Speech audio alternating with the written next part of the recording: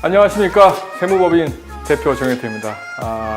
오늘은 미국의 경제 상황을 좀 더 이해를 잘 하기 위해서 미국의 금리 인상에 대한 이야기를 좀 해보겠습니다. 미국이 금리를 인상하면 우리도 올릴 수밖에 없는데요. 왜 그럴까요? 금리라는 거는 뭐예요? 돈의 가치라고 생각하면 돼요. 그래서 이 금리에 따라 가지고 어때요? 금리가 되게 올라가는 상황이다. 그러면 채권자가 있고 채권자가 있고 채무자가 있다라고 했을 때 금리가 오르면 채권자가 유리해요, 채무자가 유리해요? 채권자가 유리합니다. 왜냐하면은 채무자는 어떻게 돼요? 이자를 많이 부담해야 되니까 힘들어지죠. 채권자는 이자를 많이 받으니까 기분이 좋아지죠. 그래서 금리를 오르면은 채권자가 훨씬 유리하게 됩니다. 그래서 이런 상황은 발생을 하는 게 아니라 금리가 그러면 반대로 내리는 상황이면 어떻게 돼요? 사람들이 모두 다 채무자가 유리한 상황이 되니까 채무를 얻어서 뭔가 투자를 하려고 사람들이 난리를 칠 거예요. 그렇게 되면 이럴 때는 우리가 버블이 끼인다라고 얘기해요. 이 버블은 보통 물가가 상승하는 국면, 호경기일 때 버블이 끼잖아요. 그런데 금리를 높임으로 인해서 이 버블을 완화할 수 있는 거죠. 그죠? 완화할 수 있는 그런 상황이 될 겁니다. 근데 지금 미국은 어떤 상황이라고 얘기하는 거예요? 물가가 오르고 고용이 늘어나고, 그죠? 실업률이 줄어들고 그런 호경기 상황이라고 해서 금리를 우리나라의 한국은행 같은 중앙은행이죠. 연방준비은행이 기준금리를 올리는 정책을 쓰고 있다라는 겁니다. 이 금리를 올리게 되면은 전 세계적으로 어떤 상황이 되냐면은 미국 달러는 상당히 안전한 자산이죠. 그런데 이것에 대한 금리를 인상을 하게 되면은 어때요? 투자 메리트가 상당히 높아집니다. 높아지다 보니까 신흥국들이라고 얘기하죠. 경제 개발이나 경제 발전이 이제 되고 있는 상황에, 그런데 그 나라 화폐의 가치는 어때요? 국가적으로 국제적으로 그렇게 많이 통용되지 않는.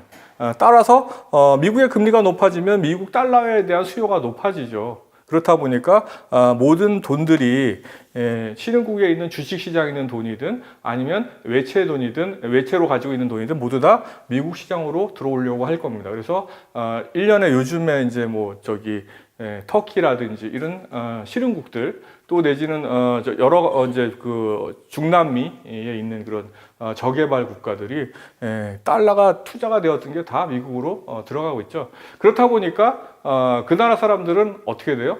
네, 외환위기가 올 위기 있는 나라들 특히 많이 있죠. 아르헨티나 같은 데는 지금 이제는 사실 인플레이션이 너무 심해져가지고 뭐 금리 정책이라는 것 자체가 의미가 없어요. 뭐 진짜 뭐 리어커에다가 한 박스를 돈을 싣고 가야지 물건 하나 구입할 수 있을 정도, 그런 정도 수준으로 변했죠.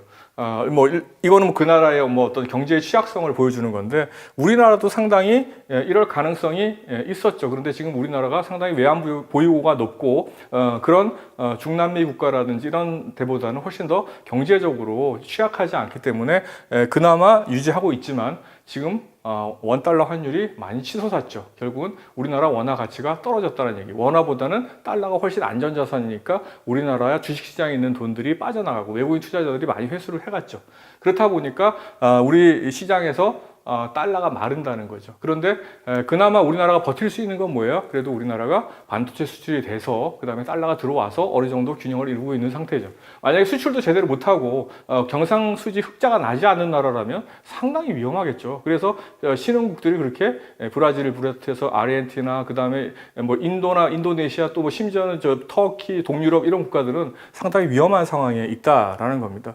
그래서 그리고 사실 최근에 이제 중국하고의 어떤 그런 무역 전쟁들 뭐 이런 걸 통해 가지고 또 금리가 상당히 중요한 이슈로 떠오르고 있다라는 겁니다. 중국이 무역 전쟁을 하니까 제일 먼저 한 게 뭐냐면은 지급 중지율을 낮췄어요. 지급 중지율이라는 게 뭐냐면은 은행에서는 돈을 일정 부분을 지급하려고 준비를 하고 있어야 돼요. 이걸 낮추게 되면 어떻게 되면 통화가 확장이 돼요. 통화가 확장이 된다는 얘기는 쉽게 얘기하면은 돈을 많이 푸는 거랑 똑같아요. 그렇다 보니까 중국의 금리가 어떻게 돼요? 돈을 많이 풀면 돈이 흔해지잖아요. 그래서 위안화가 절하가 됩니다. 왜 위안화를 시켰을까요? 중국은 미국의 무역 정책에 대응하기 위해서. 왜? 미국은 그 관세를 때리잖아요. 그럼 수출이 안 되죠.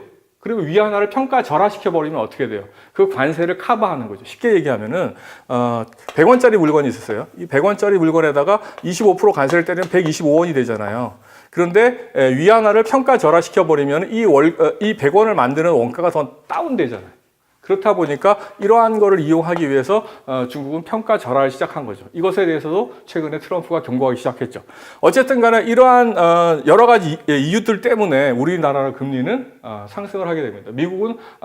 중국은 일부러 금리를 이번에 낮추는 정책을 쓰고 있지만은 미국의 어떤 대응에 제대로 대응을 하지 못했기 때문에 원화는 평가 절하가 되고 환율이 치솟는 그런 현상이 되고 있습니다.